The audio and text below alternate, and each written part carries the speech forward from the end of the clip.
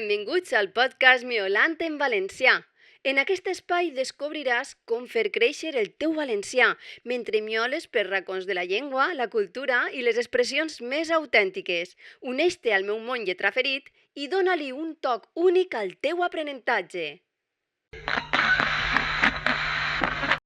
Benvinguts i benvingudes a Miolant en valencià. Aquest capítol és, més que res, una mena de sessió terapèutica. Vull compartir amb vosaltres l'experiència d'una reforma que sembla treta directament d'una pel·lícula de Tom Hanks. Vos sona «Esta casa és una ruïna?» O com diríem nosaltres, «Aquesta casa és una ruïna?» Entre pols, soroll i un munt de sorpreses inesperades, aniré contant-vos com és viure i sobreviure dins d'una obra que no s'acaba mai. I qui sap, potser al final descobrirem que aquesta ruïna té més de casa que mai.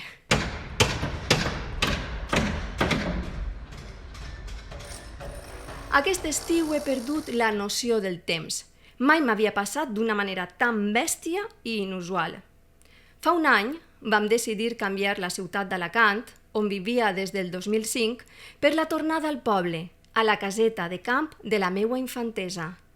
Un canvi d'estil de vida que sonava meravellós, un somni en majúscules. Building your life is just like building a house, step by step, brick by brick, until you get a result which you are proud of, and you are... Però ja ho sabeu, la vida té un humor molt particular i bé, els plans no han eixit com pensàvem.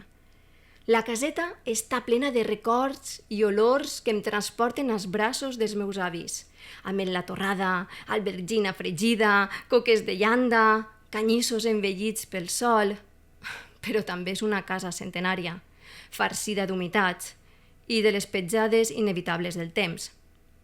I nosaltres, amb la il·lusió de novens sants, vam començar aquest projecte vital sense saber que el camí seria un autèntic curs intensiu, però de la vida real.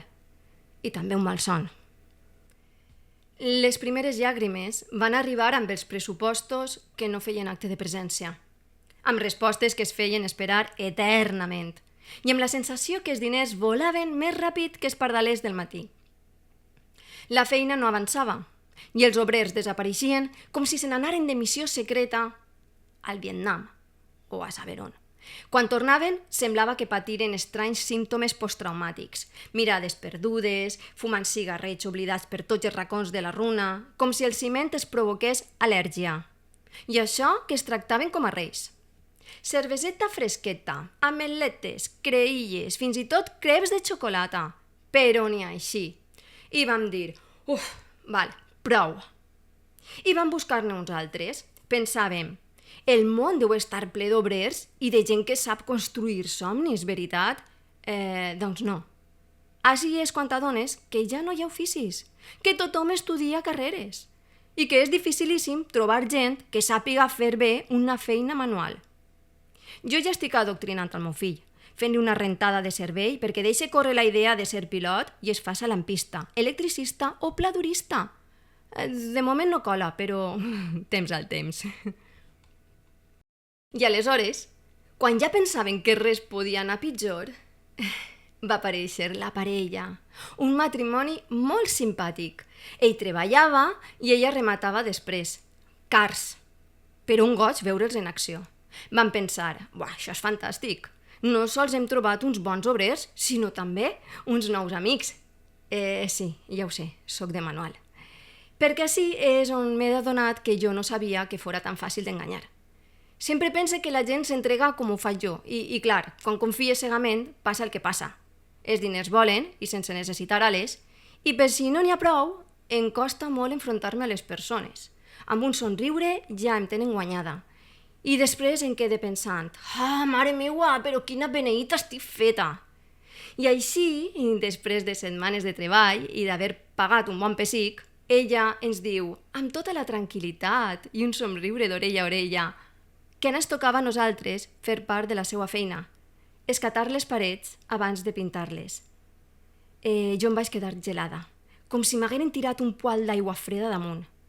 Aquell dia el castell de naips es va enfondrar del tot i amb ell la meva paciència i les últimes reserves d'ingenuïtat. Però bé, com diuen, quan una porta es tanca, s'obre una altra, i jo sempre sóc positiva. Ara tenim un obrer puntual, seriós i perfeccionista, però això sí, creuem els dits.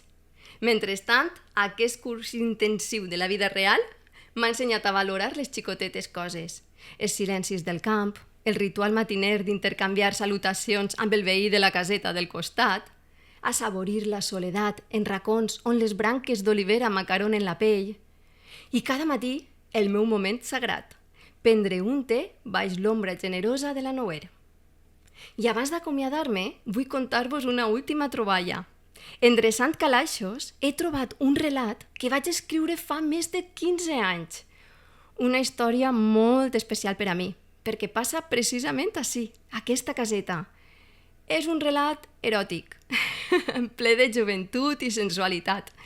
I m'ha vingut al cap la idea de començar a llegir-lo en els pròxims episodis del podcast. Una manera de donar-li continuïtat a aquest espai i de compartir amb vosaltres una altra part de la meua veu. Perquè al capdavall, la vida, siga en una caseta plena d'humitats o en un relat apassionat, sempre ens convida a descobrir-nos d'una manera nova. Així que sols em queda dir, fins al pròxim capítol, gatets i gatetes!